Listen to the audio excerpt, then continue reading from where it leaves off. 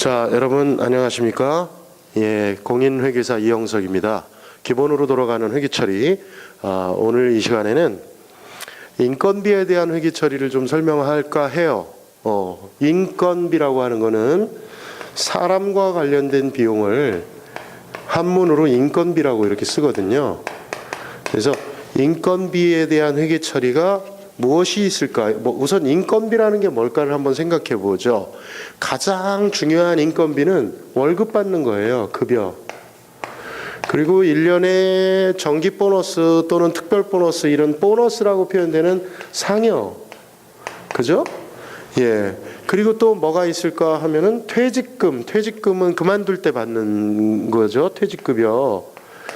그리고 또 인건비라고 말할 수 있는 걸 굳이 말한다 그러면 회사가 종업원들을 위해서 사용하는 돈인 복리후생비, 이런 정도를 인건비라고 말할 수 있어요.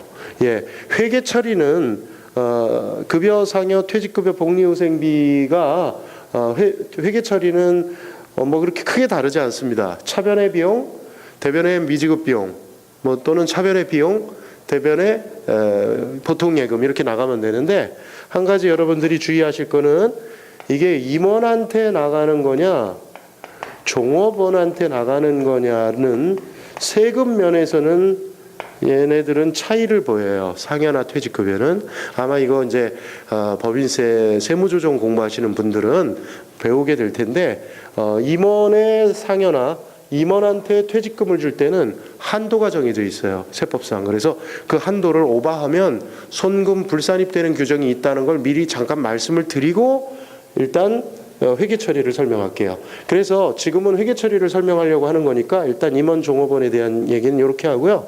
간략하게 회계 처리 정리해 볼게요. 자, 급여 월급을 주는 거니까 이거는 매월 월급을 주는 거니까 1년에 12번 발생하는 회계 처리입니다. 자, 차변에 뭐 임원이든 종업원이든 급여, 누구누구 급여, 이렇게 비용 처리하죠.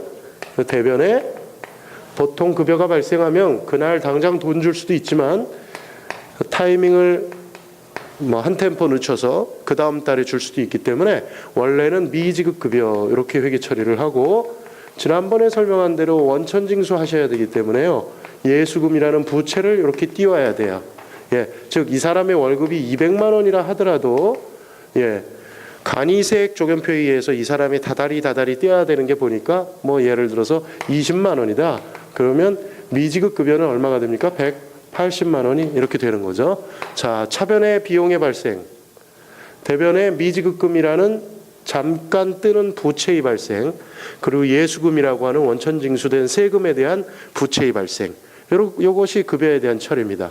자, 상여 마찬가지입니다. 계정만 바뀌죠. 차변의 상여금.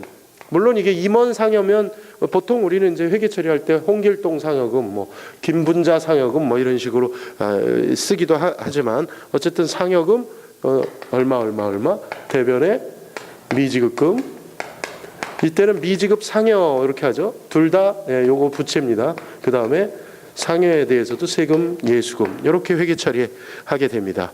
자, 요거의 결말을 볼까요? 요거의 결말. 자, 급여 이게 7월 25일 날 이런 회계 처리가 돼 있었어요. 그런데 8월 5일 날 급여를 줬다 그러면 어떻게 됩니까? 차변의 미지급 급여 180만 원을 현금으로 줬다. 대변에 보통 예금 180만 원 이렇게 해서 월급 줘야 되죠. 월급 날이 그 다음 달 5일이라고 가정해 본 거예요.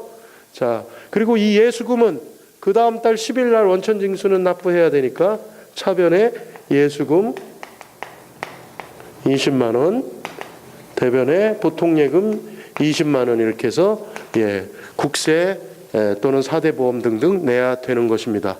이렇게 하면은 정리가 되죠? 요거 이렇게 정리됐고 요거 이렇게 정리됐죠. 그렇죠? 상여금도 마찬가지입니다. 똑같은 이 논리에 의해서 되는 것이죠. 자, 일단 가장 기본적인 급여 상여에 대한 아주 생 기초 회계 처리를 지금 설명했어요. 잠시 후에 퇴직급여랑 복리후생비 설명하겠습니다.